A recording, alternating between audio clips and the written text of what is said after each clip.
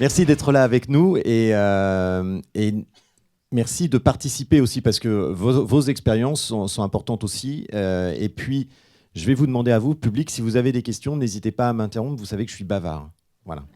Et je viendrai vers vous avec un micro. En attendant, j'aimerais qu'on parle de vos expériences respectives et de vos difficultés, parce que je pense que vos films sur les thématiques parlent d'eux-mêmes. Ils sont très réussis, ils sont très beaux. Je pense qu'on peut encore les applaudir d'ailleurs. Mais on est là aussi pour parler des difficultés à monter, pour toi, son premier film, enfin pour vous, un premier film, et pour toi même le troisième, ce qui ne doit pas être forcément plus simple que de monter un premier. Qui veut commencer? Alors, voilà, respectons l'ordre des films, pas mal. En termes de difficultés, Ouais. bah, celui-là, à la limite, il a été le plus simple, peut-être. En tout cas, il a été écrit assez rapidement. Et la difficulté, c'est que moi, je voulais tourner en Picardie et que la Picardie est la seule région qui n'ait pas le cinéma. Donc la difficulté, elle était là, et ce film a pu être produit grâce à la contribution financière du CNC. Voilà, sans ça, c'est sûr que ça n'aurait pas été possible, même si j'envisage toujours, quand j'écris un court-métrage, de pouvoir le faire. Même sans argent? Ouais. I won again. Ouais, mais oui, mais oui. Donc c'est pour ça que j'écris toujours, que je veux que ce soit assez court, qu'il y ait enfin pas trop de personnages, pas trop de difficultés en termes Pas de trop de décors. production, pas trop de décors, pour que ça reste possible. Et voilà, j'étais partie comme ça, et j'ai envoyé, j'avais pas de producteur, parce que ça s'était pas super bien passé sur mon deuxième film. Le premier étant autoproduit. Euh, et, euh, et je l'ai envoyé comme ça, comme je fais souvent ça. Moi, j'aime bien jeter des bouteilles à la mer, quoi. Et j'ai passé donc le premier tour. Et c'est dans le comité de lecture, en fait, du premier tour, que Lucie Fichot, dans lequel Lucie Fichot était, qui m'a ensuite contactée en me disant, voilà, j'ai lu votre projet. Ça m'intéresse. Donc, et on est partis ensemble, parce que ce qui était chouette, c'est c'est la première fois qu'un producteur venait vers moi, en fait, et non pas le contraire. Souvent, on est obligé un petit peu de démarcher, et c'est toujours difficile, quoi. On fait un peu VRP, et c'est pas toujours évident. Et donc voilà, donc ça, c'était très agréable, parce que la thématique l'a touché. Et on est partis ensemble sans être sûr, évidemment, qu'on aurait le second tour. Enfin, ça paraissait improbable, mais on l'a eu. Et donc, moi, je l'ai écrit en décembre, et décembre suivant, il était tourné. Donc, ça a mis un an. Donc, et je trouve ça, enfin, moi, je trouve ça bien. Ça devrait toujours être comme ça, mais bon. Est-ce que amis du public qui n'êtes pas de la profession, est-ce que vous trouvez ça long, un an? Non? Parce que généralement, enfin quand même, on s'impatiente parfois, même quand ça ne dure qu'un an. Oui, puis en plus, moi, comme il y avait des enfants dedans, j'étais super stressée à cause de ça. Je voulais tourner super vite, parce que en plus, c'est un âge où ils grandissent très vite. Où, d'un seul coup, il y a les dents qui tombent, d'un seul coup, il y a les nouvelles dents qui arrivent. Enfin, c'est plus du tout les mêmes. Et je voulais vraiment qu'ils soient encore un peu bébés, et pas. Et ça dure 6 mois, quoi. Donc, il fallait être dans la fenêtre, et j'étais prête aussi à y aller sans argent. Pour ça. Après, on trouve des manières de faire différemment. Voilà, là, il est. Voilà. Puis c'est ton fils. Et c'est mon fils. C'est mon doudou. Et il est aussi bien que sa maman. Il est mieux. Il est bien. Maïmouna, comment ça s'est passé? Alors toi, c'est le premier. Toi, contrairement... Normalement, il y a un micro. Voilà, pardon. Oui, on a 3 micros, c'est grand luxe. Comment ça s'est passé? Alors, vous, contrairement à ce qu'on vient de nous raconter, vous avez la région et le Oui. CNC. Double bingo. Mais est-ce que pour autant, c'est facile? Alors déjà, moi j'ai envie de te dire bravo, parce que j'ai beaucoup aimé ton film. Ton fils est juste à croquer, quoi, et une histoire très touchante. Vous parliez de difficultés tout à l'heure. Moi, je crois que la première, c'était déjà le sujet. Donc j'hésitais, je savais que j'avais envie d'aborder cette thématique. Mais j'avais un petit peu peur, parce que je vous avais prévenu tout à l'heure, je vous avais dit que c'était une histoire inspirée de ma vie. Je n'ai pas jeté de bébé à la poubelle, mais j'ai grandi dans une famille polygame. Donc je vous avoue que j'avais un petit peu peur d'aborder cette thématique. J'avais peur d'être caricaturale. Donc voilà, c'était important pour moi de trouver le bon point de vue pour raconter cette histoire. Et vraiment, la chance que j'ai eue, c'est de rencontrer, je dis pas ça parce que tu es là, mais un super producteur, vraiment. Qui du coup m'a tellement bien accompagnée sur ce projet et qui m'a fait prendre conscience de l'exigence de l'écriture. Et grâce à ça, parce qu'on a vraiment, au bout d'un moment, j'en pouvais plus. Il y a des scénaristes ici, quand on croit qu'on a terminé, ben c'est là que ça commence. Vraiment. Et là, ils me disaient non, on n'est pas prêt, on ne dépose pas tant que t'as pas fini. Donc ils m'envoyaient encore écrire. Et quand on a, à partir de là, à partir du moment où on avait une version définitive et qu'on a déposé, on a eu quasiment toutes les aides. On a eu les préachats aussi de 2 chaînes, dont France Télévisions, etc. Donc c'était relativement, on va dire, un parcours facilité par rapport à d'autres projets qui pourraient être... voilà. Donc disons qu'on a eu de la chance sur ce projet. On peut faire peut-être un petit tour et demander à vos camarades réalisateurs qui sont dans la salle, si eux aussi, brièvement, quelles sont les difficultés que vous avez rencontrées. Parce qu'il y en a un, Vincent Capello, qui est là. Vincent est produit par Antoine, pardon. Mais voilà, qui prend le micro? Qui commence? Thomas? Non? Thomas, non. Josa non plus? Non, Josa, non? Ah bah voilà, et bah dis-le. Non mais c'est bien de montrer que c'est aussi possible. Non, nous ça s'est relativement bien passé. Ce qui était compliqué à gérer, c'était que nous, on a eu l'aide de la région Bretagne et que je connaissais pas du tout la Bretagne. J'avais un petit ami quand j'avais 8 ans. Bon. Non, et donc du coup, ce qui était compliqué à gérer, c'était l'énergie qu'il fallait déployer pour aller faire les repérages, pour aussi connaître des équipes en Bretagne, parce que c'est ça le deal, c'est de bosser avec des équipes sur place. Et c'est pas évident de créer du lien avec une équipe quand on est à Paris et quand on a des équipes en région, sachant que le cinéma, c'est un art collectif. Donc ça a été compliqué pour moi. Tout se passe par téléphone, par mail, machin. Et moi, j'ai besoin de rapport humain. Ça, c'était difficile. Et après, sur le plateau, on a eu la chance que l'équipe, qu'il y ait une adhésion autour du scénario. S'il n'y avait pas eu cette adhésion-là, je pense que ça aurait été compliqué. Après, comme Maïmouna, on a été gâtés financièrement. Donc, voilà, il n'y avait pas de sandwich froid, on avait du chaud tous les jours. Ça compte aussi. Ouais, mais c'est super important. Ouais, c'est super important que les mecs, ils mangent chaud.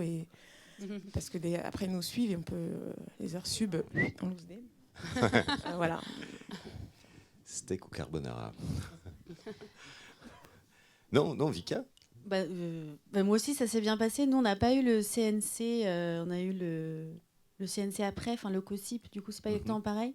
Mais on a eu la chance aussi de tourner en Bretagne. Et aussi, nous, ça s'est bien passé. Ça s'est assez bien passé. Enfin, moi, venant du théâtre, pour une fois, j'avais de l'argent pour faire un film, enfin, entre guillemets. Donc, déjà, ça a changé beaucoup de choses. Déjà, un petit peu était beaucoup, quoi. Voilà. Thomas? Merci. Non, moi, c'était quoi la question, pardon? On parle des difficultés à monter les films. Donc, est-ce que vous en avez éprouvé? Ouais, on a eu. Après, nous, on a commencé à écrire entre le début d'écriture et la mise en route du développement, ça a duré 3 ans. Enfin, on a commencé à écrire à 3 ans. Après, il y a des périodes de trous et on a eu des petites pauses, mais voilà. Donc, on a fait on a demandé des chaînes, on n'a eu aucune chaîne et aucune aide. Donc, du coup, on a fait un Kiss Kiss Bank Bank. Et on a fait un financement participatif et on a eu les financements comme ça.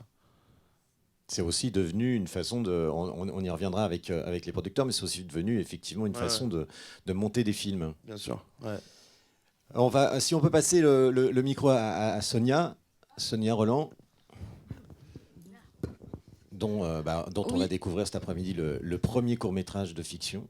Alors oui, moi j'ai mis 2 ans à monter mon film. parce que j'avais commencé par un documentaire. En fait, j'avais lancé le court-métrage et puis j'ai été un peu dans l'urgence de faire un documentaire sur le Rwanda avec le même producteur, parce que j'ai dû monter une boîte de production pour apporter, pour un apport financier plus personnel. Parce qu'au départ, on n'avait personne. Sur mon documentaire, j'avais vraiment personne. Et puis, c'est vraiment sur le tard que j'ai eu la région Île-de-France. C'était un vrai cadeau. Et puis, une chaîne qui était... parce qu'on en a eu 3, TV5, France O et puis après LCP. Et en fait, j'ai tourné mon court-métrage un an après. Et on a eu la région Bourgogne, parce que je tenais vraiment à tourner ce film en Bourgogne, puisque comme Maïmouna, c'est tiré de mon histoire. Et puis voilà, ensuite on a eu la DAMI pour les acteurs. Ça, c'était vraiment très important pour moi de payer mon équipe, parce que c'est vrai que c'est toujours un peu délicat, surtout dans ma position à moi, d'arriver, de demander à tout le monde de travailler gratuitement. Ils se disent attends, pour qui elle se prend elle. Et puis finalement ils m'ont tous suivi. J'ai travaillé avec une équipe que je connaissais parce que j'avais tourné en tant qu'actrice avec cette équipe-là. Et puis ils m'ont suivi dans l'aventure. Et donc on a eu la DAMI et on a quand même fait appel à du crowdfunding. Alors c'était Ulule au départ et puis KissKissBankBank. Et j'ai eu l'accès, le CNC, la diversité, qui m'a beaucoup aidée aussi. Donc voilà, moi j'ai vraiment eu de la chance, mais tout ça est arrivé vers le tard. Heureusement que j'ai démarré avec des fonds propres, sinon j'aurais jamais pu faire mon film. Voilà. On va passer le micro et la parole à Anna, qui a tourné son film. Alors là, toi, c'est dans des conditions différentes, forcément. Oui, moi, c'est des conditions un peu particulières parce que je suis encore en études, donc je suis à la FEMIS. Donc, c'est des conditions de production liées au cursus. Donc, c'est mon film de 3e année. Et pour le tourner, on a un budget qui est le même pour... donc, la FEMIS, c'est une école de cinéma qui fonctionne avec 6 réalisateurs chaque année. Donc, il y a 6 films qui sont produits. Ah, attends, je vais te passer le mien. Et voilà. Et donc, on a un budget qui est le même pour tous. Et à partir de ce budget, on prépare un projet. Et en fait, c'est même le budget qui détermine un peu ce qu'on va pouvoir faire. On fonctionne un peu dans l'autre sens. C'est-à-dire qu'à l'écriture, on sait qu'on aura une certaine somme et qu'on ne la dépassera pas. Et on n'est pas censé faire appel à du crowdfunding non plus. Et tu peux nous donner une idée de la somme ? Alors c'est compliqué parce que dedans il y a le labo, parce que comme c'est un film de 3e année, on est obligé de passer par un labo pour tout ce qui est étalonnage DCP. Ça fait partie de l'exercice. Donc ça c'est à peu près 3 000 €. Et le reste du budget c'est autour de 6 000 €. D'accord. Sachant que ça fait 5 à 6 jours de tournage. Ok. Voilà. Et enfin, on termine avec Vincent Capello, ce qui me donnera l'occasion de revenir sur son producteur après. Vincent, ton deuxième film sera présenté donc cet après-midi. Et toi, est-ce que tu as eu un bon producteur ? Dis oui, il est dans la salle.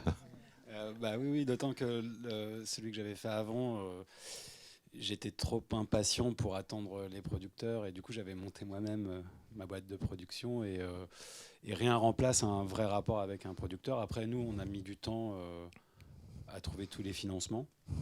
Ça a mis beaucoup de temps. Mais du coup... au final, c'est bien de faire un film avec des moyens, même si de toute façon, un court-métrage, ça se fait toujours dans l'urgence et la difficulté, parce qu'il n'y a jamais assez d'argent par rapport à ce qu'on essaye de faire. Et c'est tant mieux, je pense, parce que du coup, on trouve des solutions plus intéressantes. Donc voilà. Mais oui, c'est un bon producteur. Et je vais lui donner je vais passer celui-là, j'irai chercher. Qu'est-ce que c'est beau ce passage de relais entre vous, c'est magnifique. Antoine, les difficultés de produire des courts-métrages, tu les connais, parce que non seulement tu produis des courts-métrages, je tiens à signaler que je le connais bien parce qu'il a produit mon deuxième court-métrage, donc ce qui fait qu'on se connaît un peu. Tu les connais bien, et d'autant que non seulement tu produis des courts-métrages, je serais tenté de dire à l'unité, mais aussi la collection de courts-métrages que vous avez pu voir projetés le soir, possiblement sur le mur en face du Select. C'est des courts-métrages de la DAMI, donc qui mettent en valeur chaque année des comédiens. C'est une collection de courts-métrages qui est produite pour être projetée durant le Festival de Cannes, et puis après qui vit sa vie. Et c'est Antoine qui les produit et qui les produisait pour la 3e année consécutive. 4e année consécutive. Et il faut quand même sortir 5 films à chaque fois, donc c'est quand même pas aisé. Donc, c'est quoi le parcours du combattant? Et en gros, je reviendrai vers toi aussi. C'est quoi le parcours du combattant d'un producteur de court-métrage? C'est déjà de sélectionner les projets, parce qu'on reçoit, moi, donc je travaille pour Mon Voisin Production, et donc on est à même de recevoir pas mal de scénarios. Une fois qu'une société de production fait du court-métrage, on a pas mal d'auteurs, de réalisateurs qui viennent taper à la porte et envoient leur scénario avec une note d'intention, un scénario. Voilà, on en reçoit, je ne sais pas, peut-être une quinzaine par mois. Après, voilà, on essaie de soit, voilà, moi en interne, malheureusement, on n'est pas assez pour que je puisse. Parce que voilà, moi j'ai plusieurs activités au sein de cette structure, qui est Mon Voisin Production. Donc, qui est la société qui est dirigée par Dominique Besnehard. Donc je travaille avec lui à l'année et j'ai décidé au sein de cette structure de créer un département court-métrage. Donc voilà, avec dans un premier temps le court-métrage de Patrick, qui a été le premier film que j'ai produit. Et suite à ça... Et le dernier. Non mais bon... Et suite à ça, voilà, il y a eu effectivement la collection Talent Cannes qui qui prend énormément de temps, car le fait de produire 5 courts-métrages sur un délai de 6 mois, il faut travailler avec les 5 réalisateurs, développer voilà, le scénario avec chacun, et voilà, il y a toute une dynamique qui se met en place, et c'est vrai que il est difficile après, à côté, de continuer à produire d'autres films. Donc voilà, en plus du tien, Patrick, j'ai produit le film de Vincent et celui d'une autre réalisatrice, mais c'est beaucoup plus difficile de produire des films en unitaire qu'une collection où effectivement le financement est plus facile à trouver, étant donné qu'il y a la DAMI qui est derrière. Ça engendre voilà, des financements plus importants et c'est beaucoup plus facile à monter qu'un unitaire. Et sur le financement, moi je trouve que le court-métrage c'est quand même quelque chose de très difficile à financer, parce que la concurrence est très forte entre tout.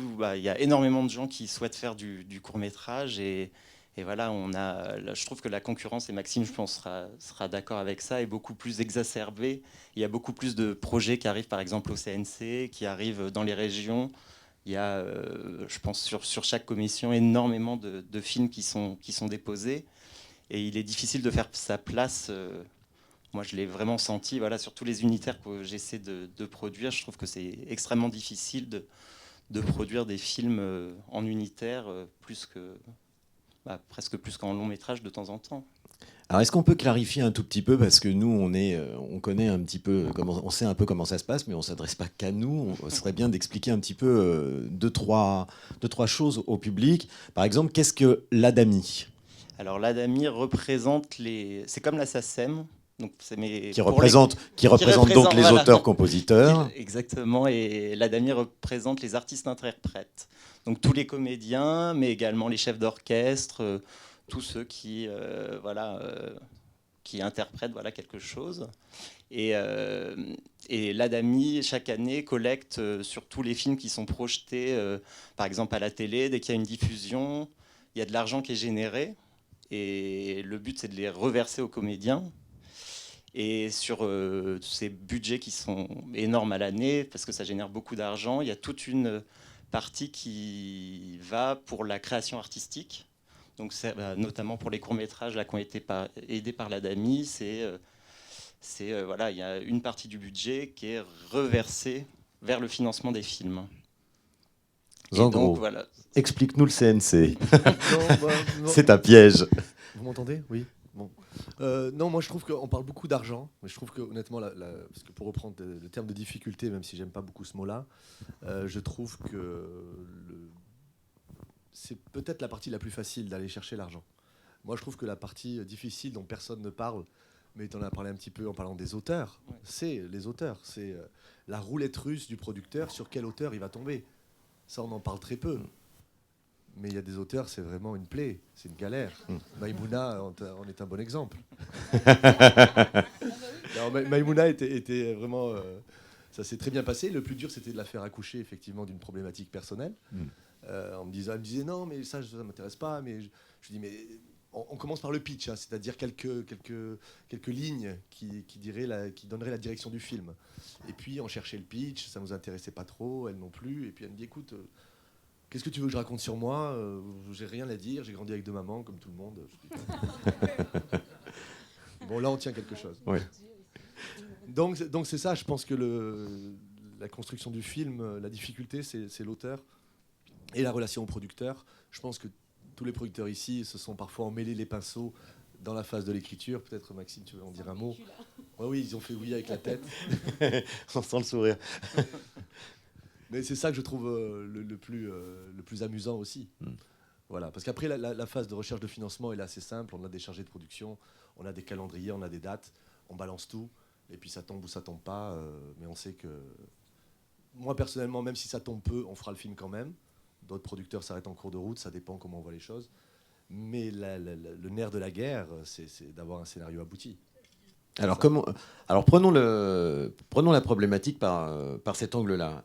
Admettons que dans la salle, et c'est fort possible qu'il y ait parmi vous quelqu'un qui veuille faire un court-métrage. On commencerait par donc l'écriture. Est-ce que par exemple donner le conseil, et c'est un peu ce qui s'est passé avec Anna, de dire voilà, on a la possibilité d'avoir tant d'argent, écrivons en fonction de ça. Est-ce que ça pourrait être un bon conseil par exemple?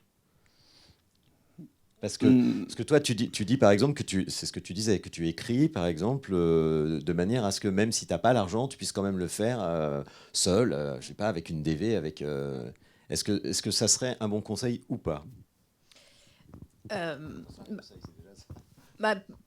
Pour moi, ça fonctionne parce que dans mon univers, on va dire, voilà, ça peut cadrer. Mais si quelqu'un a un univers plus, je sais pas, plus onirique, avec des décors, ça va pas. Moi, ça me va bien, mais parce que j'aime bien fonctionner avec des contraintes. Ça permet de moi d'aller chercher des choses que sinon j'aurais pas trouvées. Si je me donnais une totale liberté, même si il en faut une, mais moi ce qui m'intéresse de toute façon c'est le jeu, c'est les acteurs, donc à la limite une pièce et deux. Mais mon premier court-métrage, je l'ai vraiment écrit comme ça. Je travaillais comme actrice à la télé, donc j'ai demandé à l'équipe d'être disponible un samedi, un dimanche. Et j'ai cherché une histoire à raconter qui tienne donc sur 2 jours de tournage, donc pas plus de 10 minutes, avec le moins de personnages possible, dans le moins de décors possible. Et voilà, donc c'est 2 acteurs dans un parloir de prison et basta. Mais voilà, je suis vraiment partie de la contrainte, quoi. À la question, est-ce qu'on peut partir d'une contrainte pour écrire un... Ouais. Après, nous, on a fait quelques courts-métrages, mais sur La femme de Rio dont tu parlais tout à l'heure, on est parti d'une contrainte. C'est-à-dire qu'on s'est dit, faut qu'on tourne rapidement. Donc, non, on n'est même pas, nous, parti d'une contrainte. En fait, c'est Nicolas Rey, qui est l'auteur de la nouvelle, et Emma Lucchini, qui est la réalisatrice, qui se sont dit... Suite à l'échec du long métrage d'Emma, du premier, le second n'a pas très bien marché non plus malheureusement, enfin c'est la vie, ils se sont dit on va écrire un court métrage le moins cher possible. Donc qu'est-ce qui est le moins cher possible? C'est en décor unique. Donc ils ont travaillé dans un appartement. Voilà. Et ils se sont dit qu'est-ce qui peut se passer dans un appartement? Et Nicolas a écrit cette histoire qui est La femme de Rio, c'est comment vivre une histoire d'amour, toute une histoire d'amour en une nuit. Voilà. Mais effectivement, c'est ça. C'est-à-dire qu'en fait, ils se sont dit comment est-ce qu'on fait pour le faire le moins cher possible. Et après, nous, effectivement, on a été chercher l'argent. Je suis assez d'accord avec toi. C'est-à-dire qu'en fait, je pense que, encore une fois, ça dépend si on ne fait pas des films oniriques, s'il n'y a pas des vaisseaux spatiaux ou quoi que ce soit, je ne sais quoi. Mais en tout cas, si on fait un cinéma plutôt réaliste, je crois que oui, à un moment donné, on trouve les moyens de le faire. Ouais, je crois, en tout cas. Enfin, nous, pour l'instant, on a toujours réussi à le faire, quoi. Voilà. Et puis il y a de plus en plus de possibilités pour les producteurs de longs métrages. Même si j'aime pas trop la différence entre producteurs de long et court métrage, parce qu'on fait des films quoi qu'il advienne quoi. Et puis moi ça m'intéresserait beaucoup, on travaille avec Orelsan, Jean-Paul Rouve, Lucien Jean-Baptiste, etc. Ça m'intéresserait beaucoup qu'un jour ils me disent j'ai une petite idée, j'aimerais bien en faire un court métrage. D'ailleurs Emma elle se dit potentiellement je vais peut-être refaire un court là. Moi ça m'intéresse énormément ce genre de truc voilà. Et il y a de plus en plus de possibilités. Le CNC vient de passer enfin, pour se rentrer dans la truc technique, en fait, ils proposent, là, ça y est, ça va être à partir de septembre, aux producteurs de long métrage, s'ils mettent, j'ai une bêtise, 10 000 euros de leur fonds de soutien, puisqu'on génère du fonds de soutien quand on fait des entrées dans les salles, et ben, on va pouvoir l'optimiser. C'est-à-dire qu'en fait, vous mettez 10 000 euros et le CNC va remettre 10 000 euros par-dessus. Voilà. Donc du coup, ça va permettre à des producteurs de long métrage de temps en temps venir davantage aider des réalisateurs qui n'ont fait peut-être que du court-métrage ou des réalisateurs qui tout d'un coup se disent j'ai une idée de court-métrage, je veux le faire. Quoi. Voilà. Donc des aides comme ça, il y en a de plus en plus. On a un système qui est globalement assez vertueux, je trouve. Moi, hein. Même si sur tous nos films, on n'a pas eu à chaque fois une chaîne de télé, et c'est bien logique de ne pas les avoir à chaque fois. On n'a pas une région à chaque fois. Je crois qu'on a même... Ah si, on a eu une fois. Voilà, mais globalement, nous, on a été assez peu soutenus sur nos courts-métrages. Mais c'est pas grave, on a réussi à tous les faire. Il n'y a pas un seul court-métrage qu'on n'a pas réussi à faire. Donc, parce qu'on a réussi à trouver les moyens de le faire. Mais je pense que je suis absolument d'accord avec toi. Voilà. Et après, effectivement, il faut travailler avec des scénaristes et des réalisateurs qui sont capables de comprendre. Mais je crois que la majeure partie sont capables de le comprendre parce qu'on avance avec cette espèce de désir de voir avancer un projet, puis de le voir un jour projeté dans un festival, projeté à la télé si c'est possible. Mais on avance toujours avec ce même désir. Donc, au bout d'un moment, on trouve des solutions pour les faire, ces projets-là, quoi. Voilà. Et puis les comédiens le comprennent, donc sur des courts-métrages, ils acceptent de ne pas être payés ou d'être très peu payés, les techniciens c'est pareil. Globalement, tout le monde fait des efforts. Quoi, voilà. Le truc à la base, et j'en termine parce que je suis très très long, c'est pas perdre de vue qu'en fait on fait ce métier-là pour le présenter à des gens en fait. Voilà. Donc tout ce qui est avant, en fait, évidemment, on doit faire le meilleur scénario possible, on doit aller chercher les meilleurs comédiens possibles, on doit demander aux meilleurs techniciens possibles de le faire, etc. Mais on doit raconter une histoire à des gens pour qu'à un moment donné, quand ils sont dans un fauteuil, dans une salle ou chez eux, etc., ils se disent je me fais pas chier. Voilà, c'est juste la base. En fait, voilà. Mais c'est pareil pour du long métrage en fait. Hein. C'est le même métier. Voilà. Est-ce qu'on peut refaire circuler le micro parmi vous pour voir quelles sont vos réactions par rapport à ce qu'on vient d'entendre? Juste dire pour les gens qui veulent faire des films, parce que ce qui est très intéressant... Non, c'est très bien. Je pense que la position du producteur, c'est pas la même que celle du réalisateur, même si c'est deux collaborateurs sur un même projet artistique. Mais je pense au départ, le réalisateur ou le scénariste, c'est quelqu'un qui a envie de raconter une histoire. Et donc, on va pas forcément raconter des histoires parce qu'après, on rentre dans des cases. Alors ça coûte 10 000 euros, ça coûte 1 million. Enfin, au départ, ça part quand même d'une envie, qu'elle soit bonne ou mauvaise. Hein, et c'est le travail qui dira si elle est justement grâce au producteur, est-ce qu'on arrive à en faire quelque chose ? Est-ce qu'on peut le faire sans rien? Comment fait-on? Mais je pense que ça compte vachement d'avoir quelque chose à dire, en fait, même si on n'est peut-être que seul convaincu qu'on ait un truc à dire, mais je pense au départ, c'est ça. Et moi, je voulais juste dire pareil pour les gens qui débutent, parce que moi aussi, c'était mon premier film, là. Et quand on connaît personne et on se demande, parce que c'est vrai, les producteurs souvent n'ont pas le temps de lire tous les projets, et si on n'est pas recommandé, c'est super dur, et si on va taper à une porte, généralement, elle reste fermée, enfin, ce qu'on peut comprendre aussi, mais c'est les concours, justement, des fois, de scénarios qui permettent qu'on soit quelqu'un ou personne, justement, de pouvoir des fois postuler, et ça, je trouve que ça peut beaucoup aider pour travailler, pour la reconnaissance de son travail. Et voilà, parce que c'est quand même des mises en lumière. Moi, j'en ai bénéficié et que j'ai trouvé formidable. Et je pense qu'autrement, j'aurais jamais eu de porte ouverte. Ou même de... Enfin voilà, ça permet vraiment d'apprendre. Est-ce que je peux... Bien sûr, vas-y. En fait, je vais juste rebondir parce que c'est vrai que moi, j'ai pas mal de personnes qui me contactent aujourd'hui, qui s'identifient à moi et qui me disent, écoute, je suis comme toi, moi, j'ai pas fait d'école de cinéma, j'ai envie de raconter quelque chose, je sais pas du tout par où aller, je sais pas comment commencer, en fait. Et en effet, j'ai commencé de cette façon. Parce que moi, pendant longtemps, je me suis dit, c'est impossible, je peux pas, faut peut-être que je fasse la FEMIS ou, enfin, voilà, une école. Et j'ai participé à un concours il y a 3 ans. On m'a appelée en me disant, vous faites partie des lauréates. J'étais là, ok, super. J'étais très contente. Mais en raccrochant, je me suis dit, mais comment on fait un film? Alors là, je commence à aller sur Internet, découpage technique. J'appelle des amis réalisateurs pour avoir des conseils. Donc, c'est ce que je dis aux gens qui viennent me voir. Je leur dis, participez à des concours. Il y a les Nikon Film Festival. C'est des petits films. On peut les faire avec les téléphones portables. Et il y a aussi des résidences d'écriture qui existent. Donc, moi, j'ai pu bénéficier d'une résidence qui s'appelle La Ruche de Jindou. Peut-être que vous connaissez. Jindou Cinéma, oui. Et donc ça, c'est génial parce qu'on postule avec un pitch, c'est-à-dire qu'on n'a même pas besoin de scénario. Même pour ceux qui ne savent pas écrire de scénario, c'est vraiment ouvert aux personnes qui n'ont pas forcément accès, qui n'ont pas appris en fait. Et ce qui est génial, c'est que dans le cadre d'un festival, vous êtes encadré par des consultants, vous pouvez échanger, discuter, apprendre et écrire. Donc, sinon, il y a un autre dispositif qui existe une fois que le scénario est terminé pour trouver un producteur ou un diffuseur qui s'appelle Talent en cours, donc en partenariat avec les amis du Comedy Club et le CNC. Donc, j'y ai également bénéficié. Comment ? Et oui, Josa aussi. Et le principe est très simple, c'est 5 réalisateurs, une fois par mois, montent sur la scène du Comedy Club et pitchent leur projet face à un parterre de producteurs, de diffuseurs, etc. Et donc ça, c'est génial, parce qu'on met dans une même pièce des gens qui se cherchent. Donc voilà, donc je trouve que c'est un gain de temps génial, quoi, voilà. Donc moi, j'ai pu rencontrer énormément de producteurs. J'ai rencontré France 3 ce jour-là et j'ai pu avoir plein de conseils aussi sur mon projet. Josa, toi aussi, hein, c'est exactement la même chose quasiment. Talent en cours. Ouais, Talent en cours, c'était une super belle expérience parce que ça permet aussi de régler la question de la légitimité. Quand on ne vient pas d'une école de cinéma, le cinéma m'a jamais touché dans la vie, c'est un accident dans ma vie. Et oui. Et quand on n'a pas ce projet-là, à un moment donné, on se dit mais qu'est-ce que je fais là ? Et en fait, c'est ça, c'est quand on a quelque chose à dire, ça devient, c'est nécessaire. Et voilà, il y a plus cette question-là. Je voulais revenir sur une question super importante, moi qui m'a parfois freinée, c'est la question du scénario pour les gens qui veulent commencer. Il faut aussi se désacraliser ce truc, c'est-à-dire qu'effectivement, quand on va chercher des financements, on y va avec, a priori, un scénario.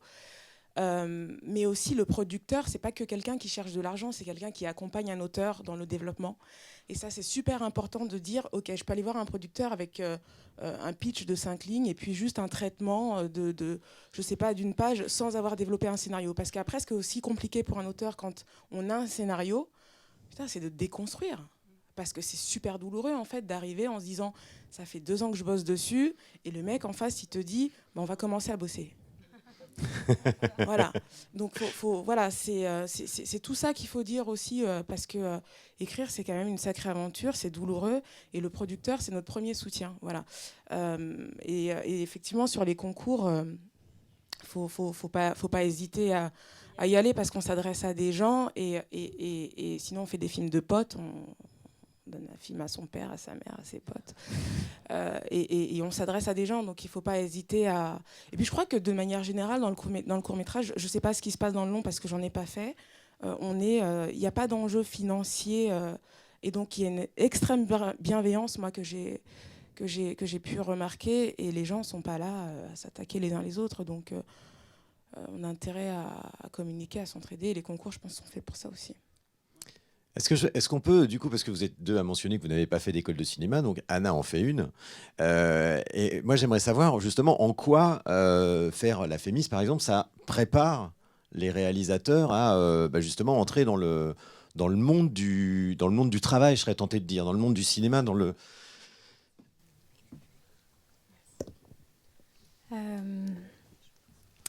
On fait la Fémis tous différemment déjà. Je pense qu'on n'a pas tous du cinéma au départ ou passionnés par le cinéma ou en réalisation en particulier. C'est une école qui fait rêver, mais dans laquelle on n'entre pas forcément pour les mêmes raisons.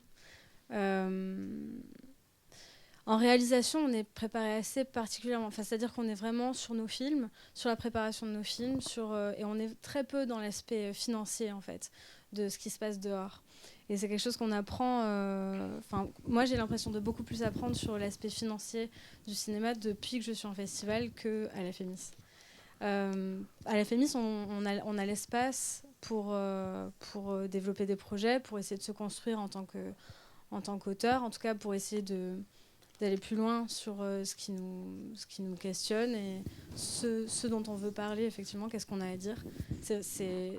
Le luxe, il est là, il est de passer 4 ans à se poser la question de qu'est-ce qu'on a à dire, est-ce qu'on a à dire quelque chose, et on en doute souvent, et comment on va le faire. Mais pour revenir à cette histoire de budget, c'est-à-dire que c'est vrai que cette question d'abord être dans l'écriture et d'abord être dans quelque chose qui nous fait, qui est ce pourquoi on a envie de dire des choses. La question du budget, elle vient très tôt finalement. Elle peut venir très tôt mettre des barrières à des désirs et déconstruire aussi une envie initiale de projet. C'est-à-dire que si moi, par exemple, si je décide d'écrire 2 explosions au centre-ville de Paris, avec, je sais pas, je peux me mettre à écrire toute seule à ma table un scénario complètement fou qui sera jamais réalisé en court-métrage, parce qu'on ne trouvera pas le budget de faire ça. Et c'est pas le but. Je pense que la question de l'argent, il faut qu'elle reste très très loin derrière, mais il faut avoir... j'ai l'impression qu'en court-métrage, pour débuter, il faut avoir dans la tête que si on fait petit, mais qu'on fait petit bien, ce sera toujours mieux que si on fait grand et n'importe quoi. Et c'est pour ça que la question du budget, elle vient très tôt, en fait. C'est juste de dire, est-ce que cette explosion, j'en ai vraiment besoin ? Il y a de fortes chances que non. Sur 15 minutes, 20 minutes, c'est pas ça la question, en fait. C'est qu'est-ce qu'on va raconter. Et je pense que la question de l'argent, pour les réalisateurs et les scénaristes, elle est à prendre en considération que comme ça. C'est-à-dire, c'est la phase B du projet qu'on doit avoir en tête, mais pas trop, mais un peu quand même, quoi. Vincent, alors, vous n'avez pas vu, vous allez découvrir son film, mais justement, il y a cet après-midi, mais alors dans le tien, il y a quand même une multiplicité de décors, de costumes, c'est quand même, quand on le voit, ça semble quand même assez lourd. Est-ce que c'était difficile ? Est-ce que justement l'idée de se dire on va jamais y arriver, ça a freiné l'écriture ? En tout cas, c'est ce qui intéressait Antoine. Depuis le début, il m'a dit te limite pas, vois pas vers le bas, on va y arriver comme ça, c'est ça qui m'intéresse. Du coup, j'ai envie de dire, ça faisait partie du projet, quoi, de la multiplicité de décors. On a pensé les choses à partir de ça, quoi. Et je voulais rajouter, parce que tout à l'heure j'ai dit ça a mis du temps à le monter, mais en fait quand je m'impatientais, parce que je m'impatiente beaucoup, mais je pense que tous les auteurs s'impatientent, la phrase d'Antoine c'était il y a un rythme pour les choses. Et c'était une fois que le scénario était prêt, il y avait encore un rythme avant de donner à lire à telle personne. Et ce que je voulais dire, c'est que finalement tout ce qu'il a demandé, il l'a eu en fait. C'est-à-dire qu'il n'a pas demandé 15 chaînes, il a demandé une chaîne, il l'a donné pour moi 6 mois après que le moment où j'avais envie qu'il le donne. Le moment où il l'a donné, ça s'est fait. Donc voilà, un producteur aussi, il sent les rythmes. Et je voulais dire, moi aussi je suis hyper d'accord sur les concours. C'est une belle façon et de se faire connaître. Et moi après j'ai fait des concours comme ça et j'ai rencontré plein de professionnels, parce qu'à l'époque moi je l'étais pas, et qui m'ont fait travailler et retravailler l'écriture, et par la suite je suis devenu scénariste, et j'ai l'impression que c'est dans ces concours que j'ai appris parce qu'en fait on apprend à réécrire, et l'écriture c'est essentiellement de la réécriture, quoi. Et d'ailleurs, pour continuer au-delà de l'écriture dans les rencontres comme ça de concours, Antoine m'a fait participer au festival d'Aubagne, 3e personnage, que tu as fait aussi, je crois, et où des jeunes réalisateurs rencontrent des jeunes compositeurs. Et déjà, c'est génial parce que moi, j'ai rencontré une dizaine de musiciens qui m'avaient tous fait des propositions, c'est hyper émouvant. Et puis, j'ai rencontré un DJ un mec qui a un groupe qui s'appelle Chinese Man et qui a fait la musique de mon film, et c'est une vraie rencontre artistique, on va faire plein de choses ensemble, voilà quoi, c'est dans ces endroits-là qu'on rencontre des gens, voilà. Alors puisque tu en parles, j'aimerais que ça sera moi ma dernière question, et après on va laisser circuler le micro si vous avez des questions à poser, mais de l'importance des festivals pour les courts-métrages. Ça peut être déjà la rencontre d'un public, mais aussi ça peut être la rencontre d'autres professionnels, voire la rencontre de financement ou d'idées ou de comédiens. Qui veut en parler ? Maxime, parce qu'il s'en va. Je vais me faire engueuler par Cédric Lapiche. Rendez-vous à midi. Regardez. Très bien. Non, mais les festivals, c'est déterminant. Oui, c'est très chic, hein. C'est pour ça que je l'ai balancé. Je dis, ouais. Rien que de prononcer ce mot-là, c'est génial. Bah voilà, c'est bien. Les festivals, ça sert à ça, à balancer. Je suis attendu par Cédric Clapiche. Non, oui, c'est déterminant. C'est déterminant pour les longs métrages, mais c'est déterminant pour les courts, encore une fois. C'est-à-dire que je ne sais pas si les gens qui sont venus et qui vont venir voir les courts tout à l'heure sont familiers des courts-métrages, mais il y a peu d'espace pour les voir, les courts-métrages. Je crois que ça passe à minuit sur France 3, à 23h30, 2h du matin sur France 2. Voilà. Et si les chaînes les passent, il ne faut pas oublier que c'est parce que, mine de rien, de temps en temps, on fait des belles choses avec la politique, et c'est qu'on a obligé les chaînes à diffuser des courts-métrages. Et donc, on oblige les chaînes à investir dans le cinéma. Et vu les échéances qui vont se présenter devant nous, il ne faut pas oublier de demander à nos candidats, dans toutes les conneries qu'ils vont dire, de pas casser ce truc, voilà, parce que c'est un modèle qui est vertueux. C'est-à-dire que laissez jamais dire aux gens que le cinéma c'est une activité uniquement subventionnée. Le cinéma c'est une activité qui fait gagner de l'argent. En fait, le CNC il gagne de l'argent, et l'argent qui est gagné par le CNC il est reversé dans le budget du gouvernement. C'est-à-dire que c'est pas le CNC qui garde son argent pour le réinvestir, pour le filer à Danny Boone, quoi, par exemple. Voilà. Et j'ai rien contre Danny par ailleurs, mais je veux dire, c'est à un moment donné, personne vole son argent dans le cinéma. Quand les chaînes elles investissent dans le cinéma, que ce soit dans le court ou dans le long métrage, si elles investissent, c'est parce que tout d'un coup, il y a un intérêt à le faire. Voilà. Et c'est très, très important que tout ça soit gardé, parce que c'est pour ça qu'en France, on a un cinéma qui est divers, qui est varié, que tous les gens qui sont là, enfin, ils pourraient vous raconter leurs origines, mais je pense qu'il y a très peu de gens qui descendent de grandes lignées de réalisateurs ou de producteurs, etc. Moi, j'ai grandi dans un village de 700 habitants en Basse-Normandie. Et en fait, c'est simplement le fait que les chaînes soient obligées d'investir dans le cinéma, que les régions soient obligées d'investir dans le cinéma, qu'on est obligé à un moment donné, nos diffuseurs, nos hommes politiques à investir dans le cinéma, que vous avez la possibilité de voir autant de films qu'on aime critiquer, qu'on aime adorer, sur lequel on peut pleurer, sur lequel on peut hurler, sur lequel on peut s'engueuler en disant c'est de la merde, non c'est formidable, non c'est un génie, non c'est un con. Enfin, ce genre de truc fait qu'à un moment donné, on a un truc unique en France, mais c'est vraiment unique. Hein. C'est-à-dire, c'est pour ça qu'il n'y a plus de cinéma quasiment national en Angleterre, qu'il y a très peu en Allemagne, quasiment plus en Italie, quasiment plus en Espagne, et que tous les plus grands réalisateurs, que ce soit Almodovar, que ce soit Sorrentino, que ce soit Woody Allen, que ce soit tous ces gens qu'on idolâtre, viennent financer en partie, voire en grande partie, leurs films en France auprès de chaînes de télé françaises, auprès du CNC, auprès de régions françaises et de distributeurs français. Donc on a un modèle extrêmement vertueux. Et les festivals, puisque c'était la question, donc j'y reviens, et après je vais voir Cédric Clapiche. Faut quand même non, mais les festivals, c'est essentiel. C'est-à-dire qu'en fait, on revient à ce qu'on disait tout à l'heure, c'est pourquoi est-ce qu'on fait du cinéma. C'est quand même pour que des gens le voient ce qu'on fait. Et il n'y a pas que les chaînes de télé qui le diffusent à 2h du matin. Il y a des festivals, et les festivals, c'est un maillon essentiel de notre diversité culturelle. Voilà. Et je termine là-dessus parce que c'est extrêmement important, je crois. Les festivals sont un maillage essentiel de l'aménagement du territoire. Un maillage essentiel. J'entends par là qu'un gamin naisse aux confins de la Bretagne ou comme moi dans un village de rien du tout en Basse-Normandie ou en banlieue parisienne ou dans des banlieues du Mans, de Caen, de Dijon, je ne sais où, etc. Qu'un festival soit à côté de chez lui, ça lui permet d'avoir accès de même manière au cinéma qu'un petit Parisien qui grandit dans le 6e ou dans le 16e arrondissement. Donc c'est un maillage essentiel de notre diversité et donc de notre intelligence au final. Voilà, je trouve ça important. Et juste pour dire un mot, sur Danny Boone que j'aime beaucoup. Mais non, mais non, juste pour parce qu'en fait, ça quand bien même l'argent lui reviendrait, je tiens à dire que c'est Danny Boone qui a sauvé Fleur de tonnerre. Qu'à un moment, il manquait 80 000 euros sur le film, que son agent lui a donné à lire le scénario, et que 2 heures après, il mettait 80 000 euros de son argent dans le film pour que le film soit sauvé. Non, et puis attendez, il y a un truc. Non, mais on dit toujours Danny Boone, tu as raison de le dire, on dit toujours Danny Boone, mais c'est vrai que c'est bien quand même parce de que dire c'est un étendard. Il faut aussi des choses bien avec son argent. On vit dans un climat un tout petit peu populiste où c'est très simple de dire Danny Boone prend 5 millions d'euros par film. D'abord, je pense qu'il prend plus.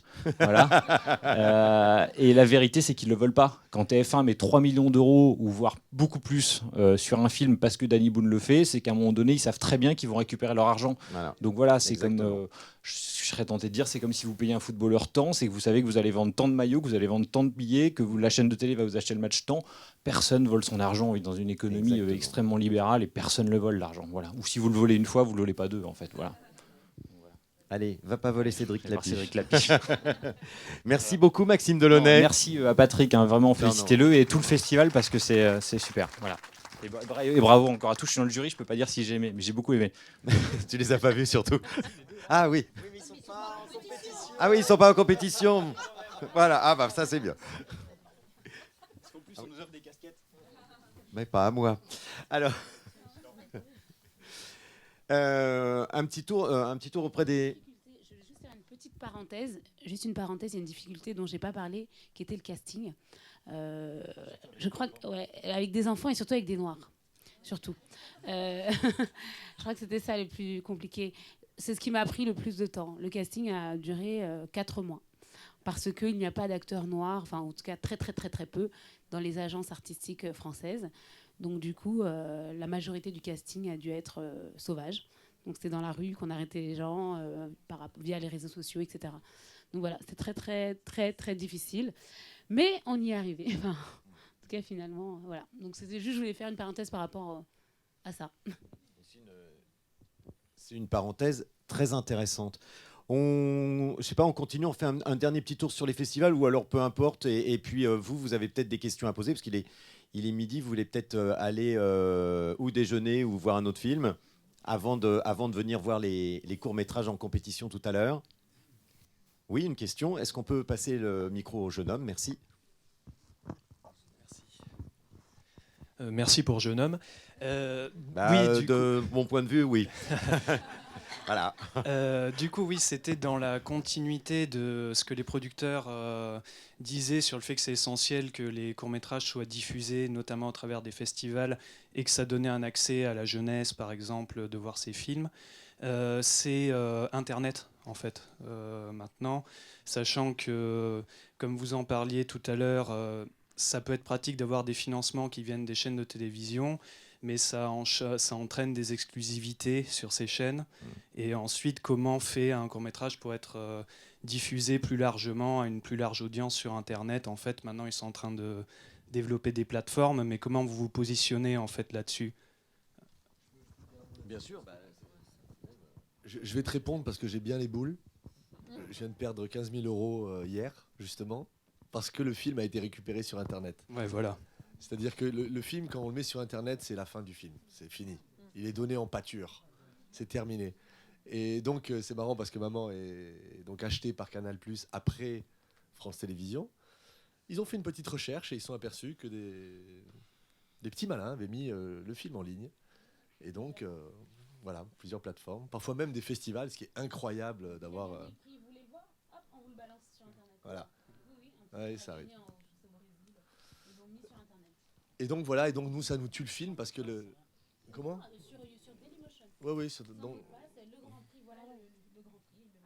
Mais nous on le savait pas, donc c'est les chaînes qui font les recherches et voilà, c'est un film se met souvent d'ailleurs on voit des réalisateurs ou des producteurs dire ben voilà le film a fini sa carrière, ça fait 2 ans qu'il est en distribution, la distribution ça dure 2 ans pour un film, cadeau et on le met sur Internet. Mais sinon c'est un suicide, c'est un suicide. Donc même maintenant on est en train de se préoccuper. Comme le font EuropaCorp, le font beaucoup, puis dans le long métrage ça se fait beaucoup, de codifier les envois de films. Avec, alors EuropaCorp, carrément ils mettent des croix géantes sur les rushs pour reconnaître et savoir... tout le monde fait ça, oui, tout le monde fait ça. Mais tout le monde fait ça, oui. Mais nous, dans le cours, on ne se disait pas que quand on envoie des fichiers à des professionnels, ils les allaient être récupérés et mis en ligne. Voilà.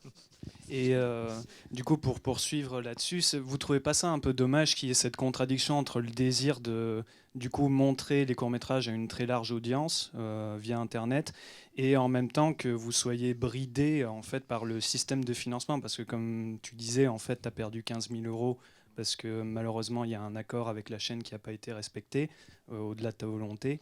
Mais est-ce que ce ne serait pas justement un faux combat, en fait, quelque chose sur lequel il faudrait peut-être plus intégrer Internet, justement à YouTube et à Dailymotion. Ouais.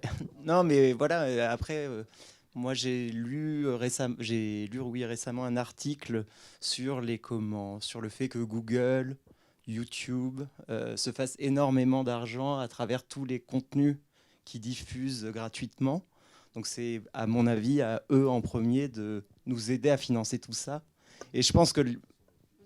Ou Netflix, ouais. Mais voilà, mais pour moi, c'est les premiers acteurs à devoir nous aider dans la création culturelle. Et je pense que l'État français devrait plus réglementariser tout ça et nous aider dans la création audiovisuelle, cinématographique. Et je pense qu'il y a des vrais vices de procédure qui existent aujourd'hui avec tous ces géants de l'Internet qui ne nous aident pas à la création. Après, qu'il ne soit pas forcément au départ présent sur Internet, moi, je ne suis pas contre. Je me dis que s'il est déjà sur Internet, déjà peut-être qu'il y aurait moins de monde dans cette salle. Parce que les films, vous les aurez déjà vus sur Internet. Et enfin, déjà, pour amener le public, c'est comme les films en streaming. Les gens qui regardent les films en streaming ne vont pas au cinéma. Donc je pense que c'est une bonne chose qu'ils ne soient pas forcément visibles, accessibles de façon, sur des plateformes telles que YouTube, Dailymotion. Et qu'en fin de vie... qui soit partagé au public, oui. Respecter une chronologie. Je pense, ouais. Moi, je suis d'accord avec ça, en tout cas. Maintenant, juste, je te passe tout de suite. Maintenant, il peut y avoir aussi, on peut aussi décider de faire un court-métrage qu'on met sur Internet. Ça, c'est une autre démarche, que ce soit pour faire plaisir à ses copains, tout ça, ou alors dans l'espoir de justement attirer un producteur, l'œil d'un producteur sur son travail, etc. Juste à titre personnel, le festival, pas moi. On a organisé un concours de scénarios dans les lycées il y a 2 ans et on a retenu un projet qu'on a tourné l'an passé, le week-end avant le festival. Et en fin de festival, il a été montré en clôture.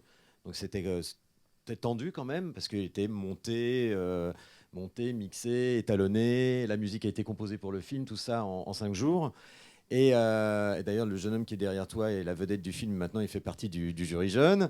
Et il a été mis sur YouTube parce qu'on se disait, on l'a fait ici. Il n'y a pas de vocation d'aller ailleurs. Et peut-être qu'on sera vu par 500 personnes. Bon, on est à presque 500 000. Donc effectivement... moi, le phénomène me dépasse complètement. Alors effectivement, oui, ça peut être une façon de montrer ces films, de montrer son travail. Mais quand on dépense l'énergie, et je sais aussi ce que c'est pour monter un film qui va être dans les salles, parce que merde, le cinéma, c'est quand même fait pour être vu là. C'est fait pour vibrer ensemble, quoi. C'est un truc, c'est une messe, quoi. C'est un truc insensé, le cinéma. Quoi ? Ouais, voilà, c'est un match de foot, c'est un truc, tu tiens la main de la personne qui est à côté de toi, tu chiales, tu t'engueules ton voisin parce qu'il mange des chips, mais c'est un truc fort. Et quand tu as des producteurs qui prennent du temps pour tenir la main à un auteur, qui se démerdent pour trouver à leur rythme de l'argent et qui finalement te permettent, et moi ça a été le cas avec Antoine, d'avoir le luxe insensé, d'avoir de l'argent pour payer tes comédiens, tes techniciens, que tu demandes un truc et le mec te dit oui, et que tout ça, ça se retrouve sur un grand écran. Je pense qu'il faut respecter aussi leur boulot, quoi, et que ça serait vraiment dommage. Et puis même respecter l'industrie et le système qui permet que tout ça existe. Parce que eux, après, ils reproduisent avec l'argent qu'ils gagnent. Ils ne le gardent pas pour s'acheter une Ferrari. Ils reproduisent, en tout cas pas dans le court-métrage, ils reproduisent des films. Et ça fait partie du système. Et c'est super important. Pardon, José. Non, pas pardon. Et puis il y a une chose aussi, c'est que moi je crois que... Alors Internet a plein de choses bénéfiques, etc. On est dans une ère aujourd'hui où, via tous les réseaux sociaux, on alimente le fantasme du cinéma. Et il faut garder à l'idée qu'un chef-op, c'est un métier, qu'un chef machinot, c'est un métier, et que le cinéma, c'est un métier. Et qu'on ne s'improvise pas parce qu'on a une caméra comme ça, et parce on a un mec qui est pas mal, ou je sais pas quoi, et qui peut bien passer, qui prend bien la lumière. Des films, faire un film, c'est du boulot, quoi. Et j'ai l'impression parfois... qu'on prend, enfin je vais pas citer de marque, mais un téléphone et qu'on tourne un truc et qu'on dit j'ai fait un film. Non, ça commence pas comme ça en fait. Et c'est le risque aussi d'Internet. Après, Internet fait des belles choses, mais il faut bosser quoi en fait. Et il y a ce risque-là de se dire j'ai un espace de diffusion. Mais je diffuse quoi? Je montre quoi? Je dis quoi fondamentalement? En fait, la question qu'il faut se poser, je crois aussi, que ce soit le réalisateur et toute l'équipe qui l'embarque, c'est est-ce que je meurs si je dis pas ce que j'ai à dire? Moi, c'est comme ça que je vois les choses. Non, mais vraiment. Où est-ce que ça me touche? Où je suis amputée? Ou est-ce que je vais pas dormir? Voilà. Et est-ce que ces gens-là se posent cette question-là? Il faut faire super gaffe à ça aussi, je pense. Et c'est vrai que, pour résumer ce que tu dis, c'est pas parce qu'on a un stylo qu'on est romancier. Complètement. Thomas? Mais si. Si, il voulait dire quelque chose. Non, ça va. Moi, je dis ça, pardon. José, ceci dit, excuse-moi, je te trouve quand même un peu dur avec Internet, parce que moi, personnellement, j'ai commencé sur Internet, malgré ce que je dis. Ça m'a lancé sur Canal et ça a permis de me faire connaître. Donc, je trouve, si tu veux, que c'est un espace de démocratisation du cinéma. Tu dis aussi que le forme aurait un rapport avec le fond. Je pense pas. Tu prends un film comme Tangerine, qui a été tourné à Los Angeles avec les travestis, avec un téléphone portable, c'est un carnage. C'est une exception qui peut arriver demain. Oui, il y a du travail, mais c'est pour ça. Je pense pas qu'il faut résumer Internet à des bouteilles lancées à la mer sans fond. Il y a beaucoup d'envie, et la vérité... J'ai juste dit que c'était un risque, en fait. Il faut être conscient de ces risques-là. Et il ne faut pas que ça devienne une norme pour moi. Je comprends. Mais moi, en tout cas, j'encouragerais toutes les initiatives à faire connaître ce travail, à prendre une caméra avec deux potes, parce que... Bien sûr. J'ai retrouvé ma question. Non, je voulais demander juste déjà, bravo pour les 2 courts-métrages, j'ai passé vraiment un bon moment, j'ai kiffé. Je trouvais ça vraiment beau. Et juste, j'avais une question, la durée de vie d'un court-métrage, ça dure combien de temps en fait? D'accord. Ok.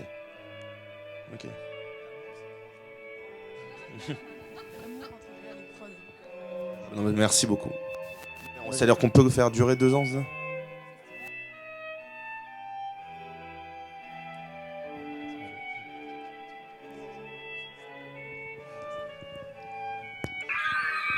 Le but, c'est de continuer à ce que le film soit diffusé à la télé le plus longtemps possible et de faire le maximum de ventes. Et ce qui vient d'arriver à Zangro, avec la non-vente à Canal+, c'est hyper fou.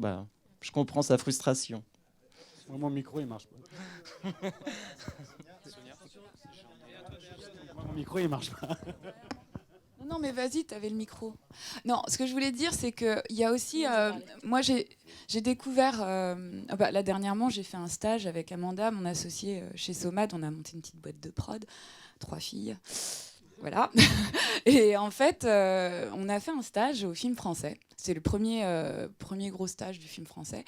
Et en fait, moi, j'étais très étonnée de ne pas voir... Donc, c'est un stage de production et de réalisation. Et en fait, j'étais très étonnée de ne pas voir autant de réalisateurs que ça. Et en fait, nous, on était là vraiment en tant que productrice pour comprendre le métier, les financements et tout ça. Et en fait, je me suis dit qu'il y avait vraiment un souci aussi de dialogue entre les métiers, en fait. Entre les décideurs. Parce que les réalisateurs, s'ils comprenaient mieux la problématique des producteurs aussi, les contraintes, je pense qu'il y a beaucoup de choses qui évolueraient aussi, parce qu'il y a quand même beaucoup de guerres, qu'on le veuille ou non, entre les réalisateurs, les comédiens et les producteurs, souvent, qui s'en prennent plein la gueule.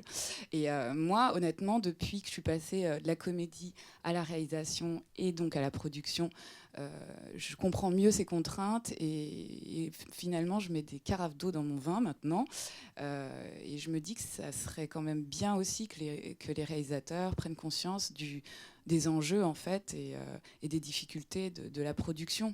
Je pense que ça facilite vachement les choses dès l'écriture déjà. Ce que tu dis, Sonia, est très vrai. Je pense qu'on l'a tous connu. Moi, par exemple, je ne travaille plus avec des auteurs méfiants.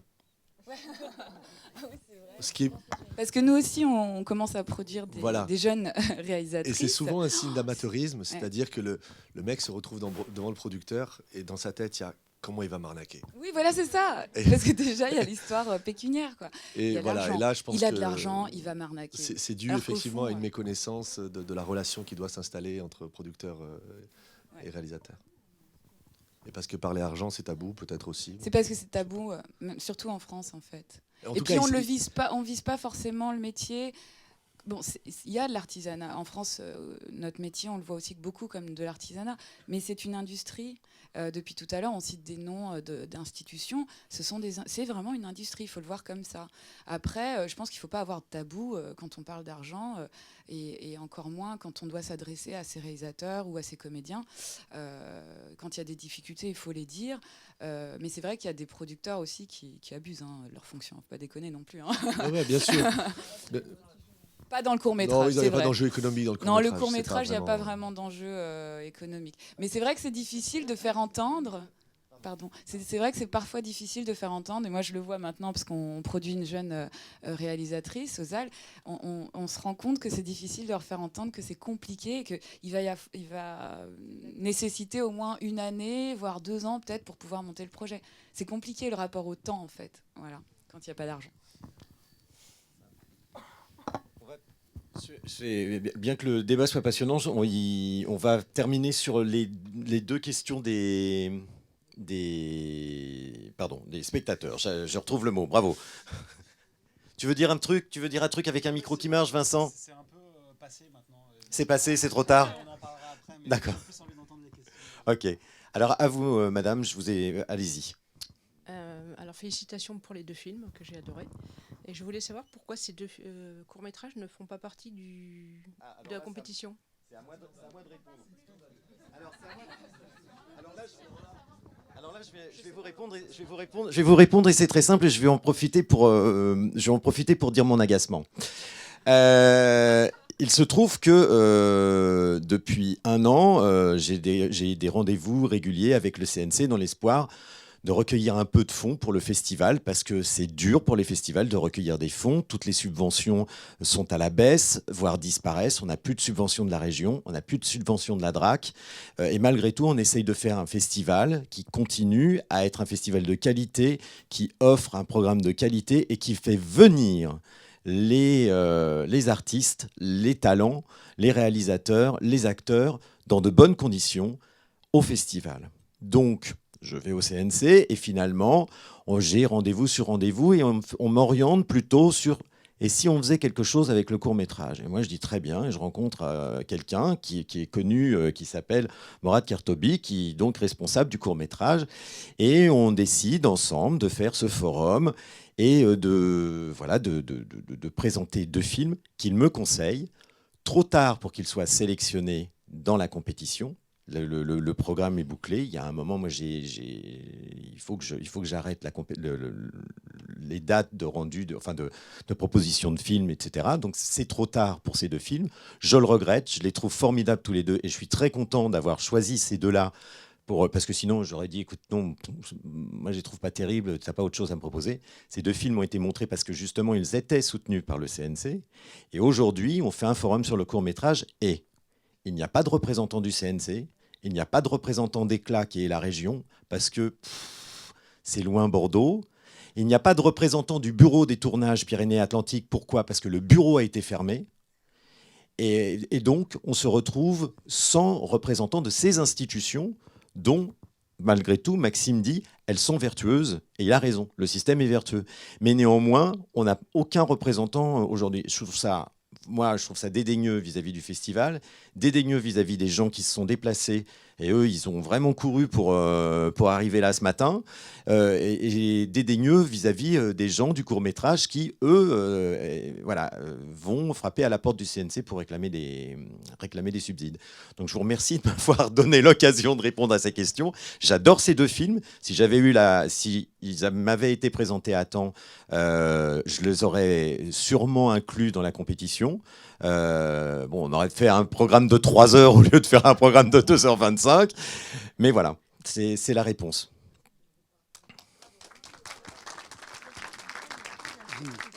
Ah, c'est sûr. Et je remontais avec vous pour vous avec un micro, mais vous en avez déjà un. Oui, ma question, d'abord, je ne connais pas du tout le milieu du cinéma, dans l'envers du décor. Et ma question posée sur la participation des chaînes de télé, par exemple pour votre film, Et vous avez eu la participation de France 3 et TV7. Et la participation, ça consiste en quoi? C'est une aide financière, c'est une promesse de diffusion, ou ça peut être aussi une aide technique de prêt de matériel Non, il y a deux. Il y a ou l'achat, c'est-à-dire une fois que le film est fini et France Télé dans la salle le voit à l'écran, ah tiens, ça m'intéresse, et donc il récupère le film fini à un certain tarif, ou alors le préachat qui se fait sur scénario. C'est toujours ce qu'on cherche. Je pense que tu cherches la même chose. On va toujours... Parce qu'on gagne plus. C'est-à-dire la chaîne s'investit beaucoup plus sur le préachat, donc sur scénario. Pour vous donner un chiffre, il y a environ 1500 scénarios déposés par an sur France 2. Ils en prennent 45. Oui, oui. Et dans votre cas, là, pour Maman... Et pour Maman, voilà, c'est un préachat. Et la somme maximale s'élève à 30 000 €, la somme du préachat chaîne. Voilà. Ça dépend des chaînes, évidemment. France Télé, c'est ce prix-là. Canal+, c'est beaucoup plus. Et puis, ça dépend de la longueur du film. Bon, très bien, merci. Ouais, je vous en prie. Le film est un peu acheté à la minute. C'est ça. Le film en fait est acheté à la minute, c'est-à-dire que sur scénario, ils estiment qu'ils disent, enfin ça a été le cas de mon deuxième court-métrage qui a été préacheté par France 2 sur scénario, et ils estiment que le film il faisait combien d'après eux 12 minutes, je crois. Et donc ils nous ont donné 12 000 €. Bah, à l'arrivée, il en faisait 15, donc ils ne sont pas perdus, mais voilà, ça se passe comme ça. Après, il y a des chaînes qui payent mieux à la minute, donc il faut les repérer et essayer de... Beaucoup mieux même. Mais quand on réalise un court-métrage, justement, et que l'on sait qu'une chaîne va le diffuser, est-ce que ça change dans l'écriture? Parce que le public de télé, c'est pas le même qu'un public de salle, non? Ou... Le public de 8h30 n'est pas le même que le public de minuit. Non, ça change pas. La case court-métrage, c'est vraiment une case aussi qui permet cette liberté-là, où les auteurs ne sont pas prisonniers d'une contrainte de public, finalement, économique. D'ailleurs, c'est ce que je regrette, je vais vous le dire. Parce que moi, j'essaie de construire des courts-métrages avec mes réalisateurs comme s'il y avait une contrainte économique. Parce que sinon, on trouve beaucoup de courts-métrages un peu caricaturaux, dilués dans la narration, avec l'ennui parfois qui peut apparaître, qui est pour moi la pire des choses dans un film. Et ça, c'est dû notamment au fait qu'il n'y ait pas de contrainte économique. Donc moi, souvent, je dis, bon, bah là, c'est sûr, les gens ne vont pas zapper. J'aime bien dire ça aux réalisateurs, on en parle, pour qu'on écrive aussi pour soi, mais aussi pour ceux qui vont regarder le film. Voilà. Est-ce qu'on peut être professionnel du court-métrage? Prenez le micro. Monsieur, prenez le micro, monsieur. Voilà, ça ira, Est-ce qu'on peut être professionnel du court-métrage, ne faire que ça? Tu veux dire un mot? Franchement, je te passe le micro juste après, mais c'est un piège. Je vous dis, pour connaître beaucoup de monde dans ce métier-là, les boîtes qui ont fait du court-métrage pendant 15 ans et qui en font beaucoup et qui font que ça, parfois se retrouvent à vouloir aller vers le long. Et là, on leur dit, mais attendez, ça fait 15 ans que vous êtes dans le cours? Attendez, les amis, on perd en crédibilité. Ah oui. Donc, je trouve que... Tu as un mot à dire là-dessus, peut-être? Tu veux... Ouais. Oui, toi, oui. Tu rapproches-toi, hein, on va pas... T'es tout seul là-bas. Non, oui, après, c'est le système mis en place aussi par le CNC qui fait que, voilà, il y en a qui arrivent à se spécialiser dans le court-métrage. Et le CNC a tendance à redonner à ces sociétés des subsides très importantes, et la boîte va commencer à se spécialiser dans le court-métrage et ne faire plus que ça. Et il y en a qui arrivent à en vivre. Mais effectivement, c'est pas un voilà, moi je suis d'accord avec Sangoro qu'il faut trouver un juste milieu et essayer de développer des jeunes auteurs. Une boîte peut développer 2, 3 auteurs, même déjà 2 auteurs par an, c'est déjà formidable, mais il ne faut pas faire que ça. D'accord. Il a été fait en 2012. Ouais, donc je ne suis pas comme certains directeurs de festivals qui mettent leurs films au programme. Merci au jury jeune qui s'en va. Merci d'être venu parce qu'ils vont aller voir tout à l'heure les courts-métrages. Le jury jeune qui remet d'ailleurs, puisqu'on a un partenariat avec le fonds de dotation Porosus, qui remet une bourse d'aide à l'écriture. C'est ça aussi les festivals, donc aux lauréats du prix du jury jeune, quoi. Merci à tous d'être venus pour ce forum. Merci Maïmouna, merci beaucoup d'être venu pour présenter vos films. Je suis désolé, je ne comprends pas pourquoi ils n'étaient pas en compétition. Mais... On a réalisé qu'il y avait une compétition. Mais oui, non, mais... Excusez-moi. Et c'est bien, la prochaine fois, on saura... Ah pardon, J'ai une dernière question peut-être. C'est vous le micro. Quels sont les moyens pour un compositeur de se faire connaître auprès des réalisateurs? Ah, c'est une bonne question. Et... Voilà, par exemple. Et Aubagne, le festival d'Aubagne, génial pour ça.